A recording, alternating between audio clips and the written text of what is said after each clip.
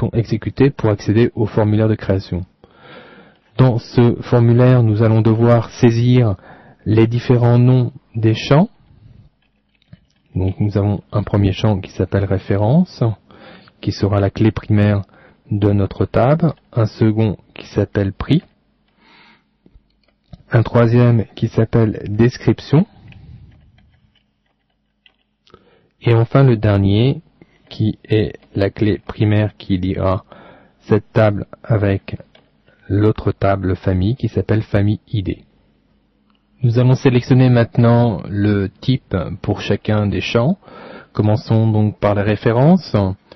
La référence donc étant la clé primaire, c'est une clé primaire qui sera imposée donc par la référence de chaque produit. Nous allons donc utiliser du varchar et nous avons défini une référence avec 20 caractères maximum. Nous allons indiquer 20 dans le champ taille. Ensuite, nous avons le prix. Pour le prix, nous allons opter pour un champ de type décimal et nous allons donc devoir renseigner dans le champ taille et valeur les caractéristiques de ce champ décimal, à savoir 4 chiffres pour les entiers et 2 pour les décimaux. Ensuite, nous avons la description. Pour la description, nous allons choisir un type varchar que nous limiterons donc à 100 caractères. Et enfin, en ce qui concerne la clé étrangère famille ID, nous allons prendre donc un type tiny int qui est le plus petit des entiers et nous n'avons pas besoin d'indiquer pour ce type d'informations complémentaires dans la colonne taille et valeur. Déplaçons-nous maintenant sur la droite. Nous avons ici dans la colonne index la possibilité d'indiquer que le champ référent fera office de clé primaire. Nous allons donc valider la clé primaire. Je rappelle que toutes les tables doivent avoir obligatoirement donc au moins une clé primaire. Ensuite, cette case sert à indiquer lorsque la clé primaire est auto-incrémentée, ce qui est souvent le cas.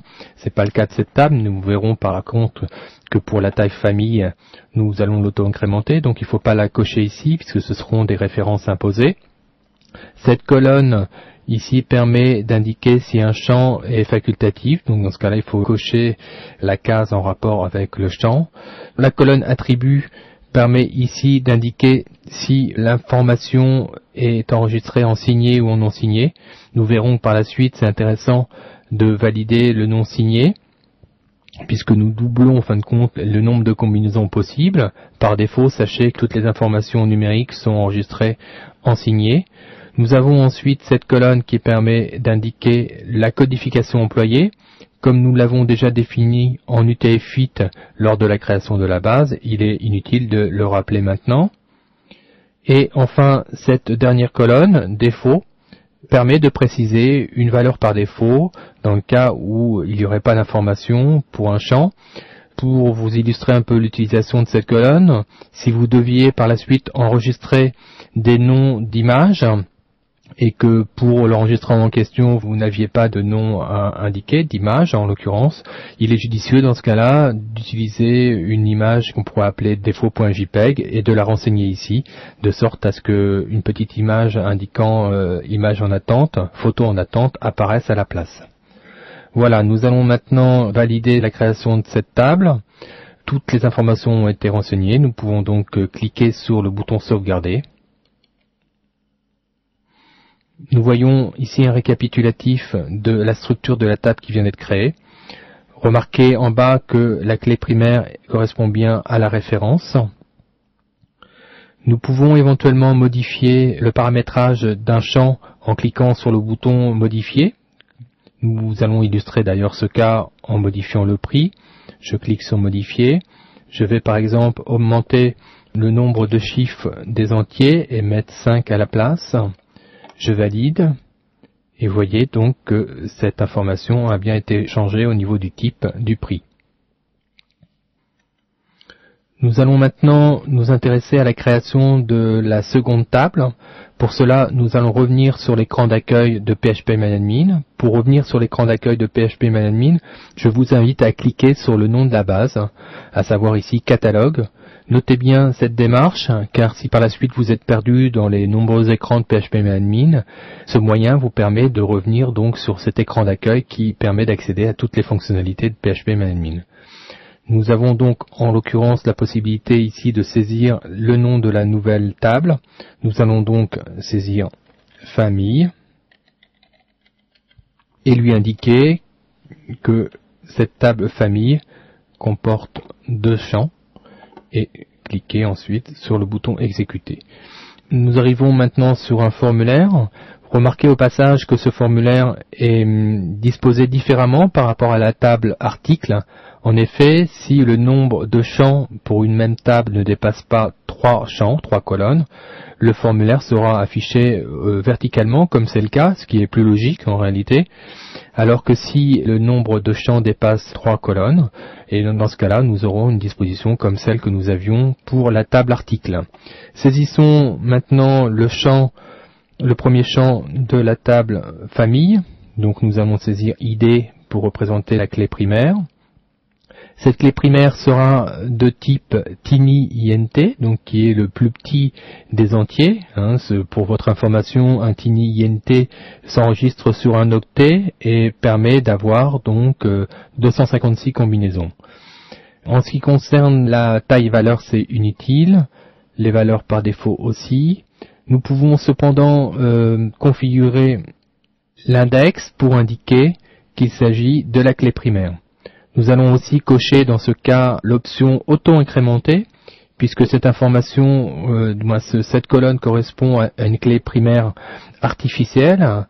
Nous allons donc utiliser l'auto-incrémentation de sorte à nous assurer qu'aucune des valeurs n'est en doublon. Il faut qu'elle soit unique. Nous allons maintenant saisir les informations du deuxième champ, à savoir donc son nom, intitulé. Le type de ce champ sera donc du varchar et nous allons limiter le nombre de caractères de ce type à 50 ans.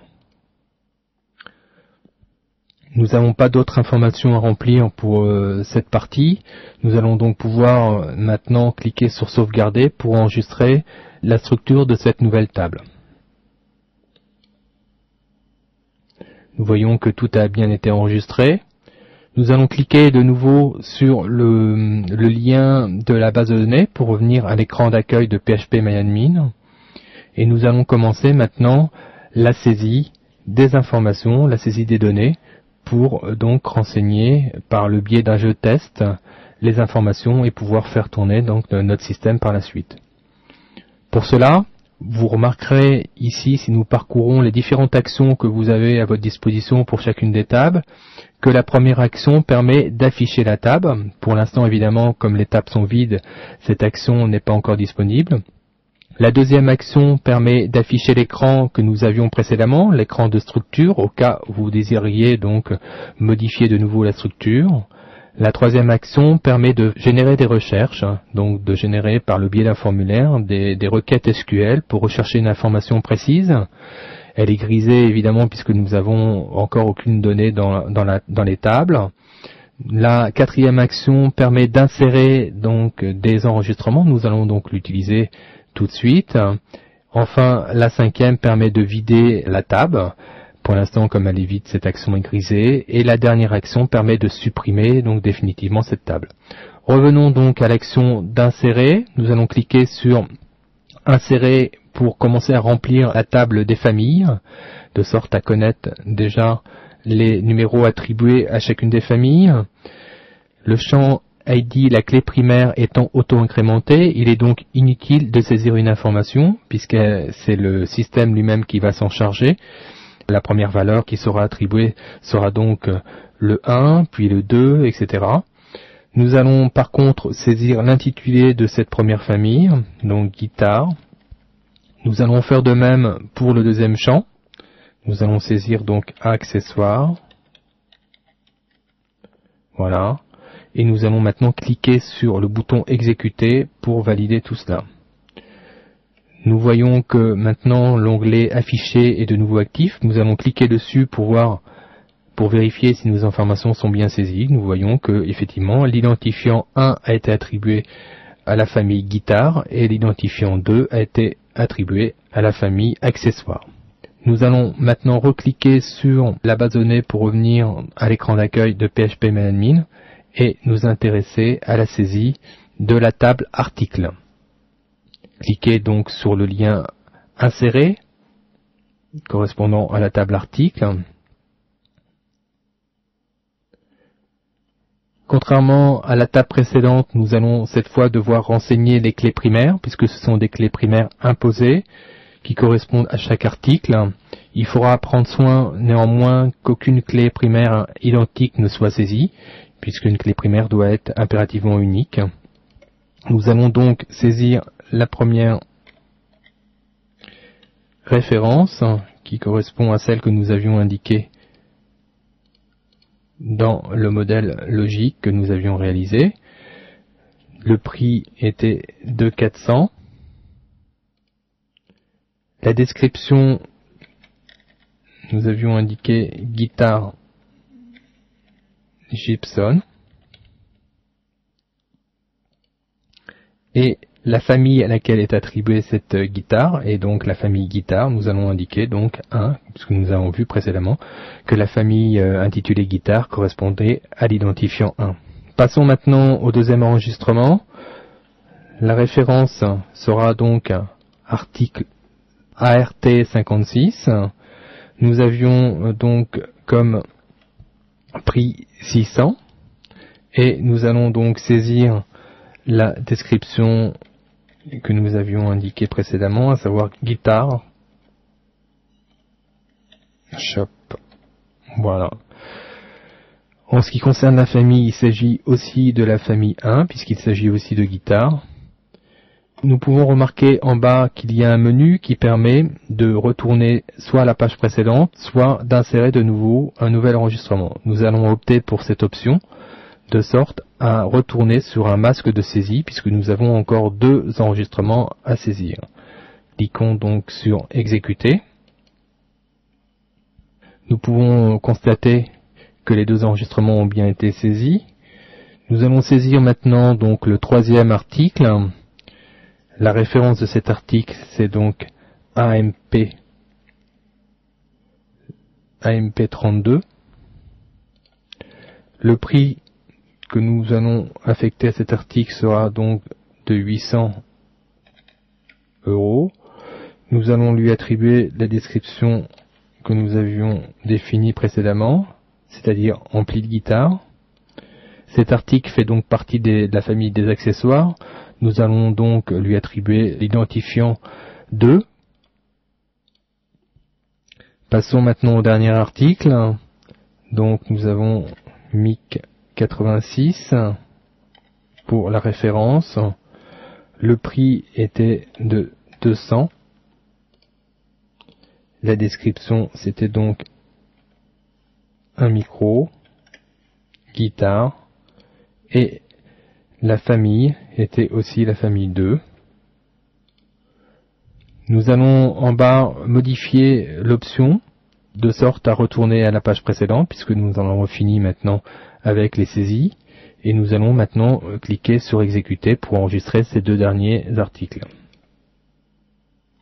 L'enregistrement a été correctement effectué. Nous allons maintenant cliquer sur le nom de la base de données pour revenir à l'écran d'accueil principal. Nous pouvons vérifier que les 4 articles ont été correctement saisis en cliquant sur le bouton afficher de la table article. Nous pouvons constater que tout est correct, les prix sont corrects, les références aussi, il n'y a pas de redondance dans les références, les descriptions sont bonnes et les attributions au niveau des familles sont correctes aussi. Le jeu de test est désormais complet. Nous allons maintenant pouvoir faire une copie de ce jeu de test. Pour cela, cliquez sur le nom de la base pour revenir à l'écran d'accueil. Maintenant, cliquez sur l'onglet Exporter en haut de l'écran. Nous allons ainsi pouvoir générer un fichier .sql qui nous permettra de restaurer la base en cas d'erreur. Les options par défaut sont toutes correctes. Je vous invite simplement à cocher l'option Drop Table de sorte à supprimer automatiquement les tables existantes en cas de restauration. Ça vous évitera de le faire manuellement. Cochez aussi l'option du bas, transmettre, de sorte à générer un fichier .sql que vous pourrez stocker donc sur votre ordinateur. Vous avez éventuellement la possibilité de commenter ce fichier ici, sachant que les informations indiquées par défaut correspondent au nom de la base. Donc en l'occurrence, pour nous, ce sera catalogue. Donc nous pouvons marquer par exemple la date du jour. Nous sommes le 19/06/09 par exemple, et nous allons maintenant cliquer sur exécuter pour générer ce fichier. Le fichier donc est généré, nous allons l'enregistrer sur notre disque. Le fichier doit être maintenant enregistré sur votre bureau. Nous voyons donc le fichier qui a été généré. Je vous propose maintenant de l'ouvrir avec notre éditeur, de sorte à voir son contenu. Comme nous pouvons le constater, ce fichier contient donc toutes les instructions SQL qui permettront par la suite de restaurer donc notre base complète. Nous allons revenir maintenant sur notre gestionnaire phpMyAdmin et pour s'assurer que le fichier de restauration fonctionne bien, je vous propose de supprimer l'une des tables. Nous allons par exemple supprimer la table article. Voilà, la table article est supprimée. Et je vous propose maintenant d'importer de nouveau notre sauvegarde. Nous allons la chercher donc sur notre bureau. Le fichier se trouve ici. Nous allons l'exécuter. Et vous voyez donc, après la restauration, nous avons donc retrouvé la structure de nos deux tables comme nous l'avions précédemment.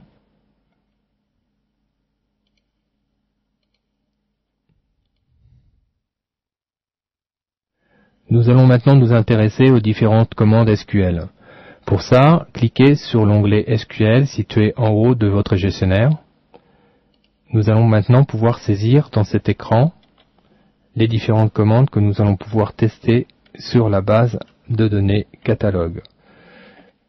Je vous propose pour commencer de réaliser une commande qui récupérera les différentes références de la table article. Nous allons donc commencer par la commande select, suivie du nom de la colonne, à savoir référence.